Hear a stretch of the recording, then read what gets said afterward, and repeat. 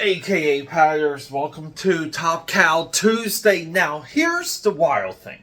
Normally on Top Cal Tuesdays, I bring you something I've read regarding the Top Cal universe. And yes, I did tease that we would be getting into the statues, the action figures, if you want to call them action figures, and trading cards surrounded by Cyberforce, Switchblade, and the other delightful Top Cal Productions creations.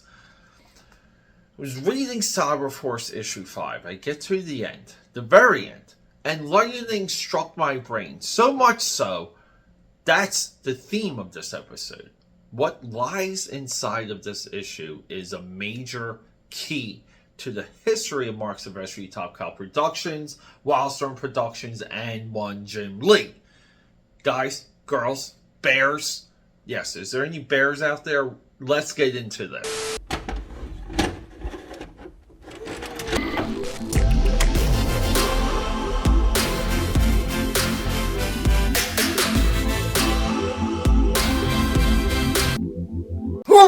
Here we go. So, I mean, you guys see, I mean, Cyberforce 5. I'm excited. I'm just flabbergasted a little bit because a lot of times, right? Like we're spending a lot of time, effort, and money on this subject. Top Cal Tuesdays and Wildstorm Wednesdays, they're expensive endeavors. You spend hundreds of dollars acquiring all of these books in certain particular runs, in certain orders, and yes, you do pay a premium to get things on time for a certain price, period. And questions arise. So what's been bugging me this last, let's say solid month of Top Cal Productions and Wildstorm Wednesdays is exactly what happened with Homage Studios, because Homage Studios was housing everything Mark Silvestri was doing, everything Jim Lee was doing, everything Wells Portacio was doing, and then it kind of breaks up and goes away and fades into the realms of forgetfulness, and then later we only know Jim Lee through Wildstorm Productions, and we only associate Top Cal Productions with Mark Silvestri, and then the Homage Studios part just gets forgotten. And we don't have a lot of interviews, we don't have a lot of commentary. We have some, if you guys want to go back to the Art of Homage Studios, we have a little bit of a blurbed introduction that kind of highlights, but again raises more questions than answers of the flow and the creation and the individuals involved with Homage Studios. And the one thing that's been just bugging the heck out of me is where was this break and what really happening? Pre-formation of Image, Mark Silvestri was very vocal on, he was almost exiting, he was almost done with comics until this Image opportunity came up. Could that have been Jim Lee? Could Jim Lee somewhat have been motivated to follow Mark Silvestri into Image Comics?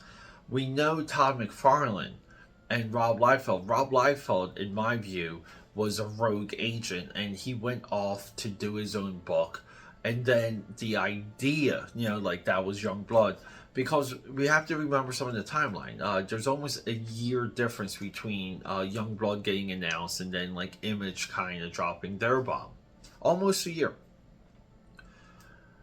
Todd McFarlane was trying to unionize Marvel Comics, not really DC.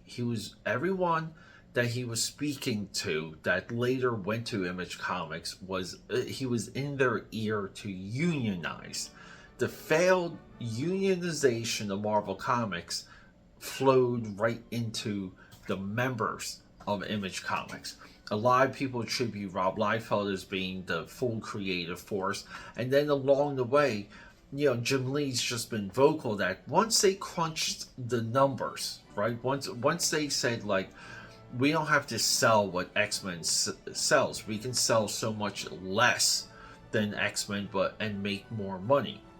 I think that equation really motivated Jim Lee to leave Marvel. Jim Lee, we can pretty much say, his long-term plan of action was to become EIC of Marvel Comics. He almost did it through the Heroes Reborn era. And then, where does like Mark Silvestri fall into this? They're in a studio, they're selling millions of their own comics, Wildcats and Cyberforce. And we kind of have to ask ourselves, part of the ego penetrated this relationship. And you kind of want to say first to market. We kind of want to say that Cyberforce was going to be first to animation, and now we know through Cyberforce 5 it's the first to action figures, so much so it ends up in the ad within Cyberforce 5. Mark Silvestri was taking his creation further and faster than Jim Lee.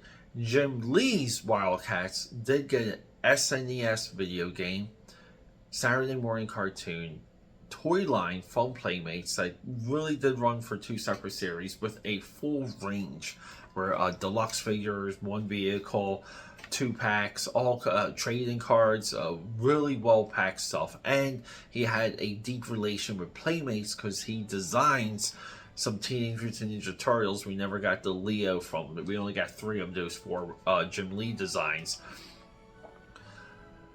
And we want to say that Mark Silvestri could have been the one to move himself out of Homage Studios because of what he had on the horizon, and he was moving faster than Jim Lee. We have to take this into consideration. These bendable figures are not even highlighted in any of the post Wilds from Productions retro history output. Nothing in the Cyberforce 30th anniversary comic that we looked at not too long ago. Nothing in the Cyberforce compendium. There's nothing really there. Nothing in any of the Wizards Top Cow production special one-shot issues that came out during the Witchblade phase.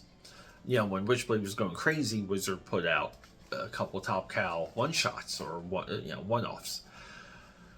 So yeah, it's interesting. It's an interesting thought that Mark Silvestri accelerated Cyberforce more than Jim Lee was able to accelerate Wildcats, and then said, Jim, I have to leave, I have to go, because I have all this really good stuff going for me, and we don't want to really share ideas, we need to be in separate buildings. When it comes to ego, money, and yeah, we can kind of argue creative geniuses, this is not uncommon stuff. We can correlate this with music, with NFL, with coaching decisions and quarterback decisions. There's somewhat of a separation. So guys, let me know what you think. Am I being a little bit nutty here in assuming, or maybe? But just to wrap this up here, guys, let me know. Am I being a little too goofy with this theory? It is just a theory. But let me know in the comments. Let me know.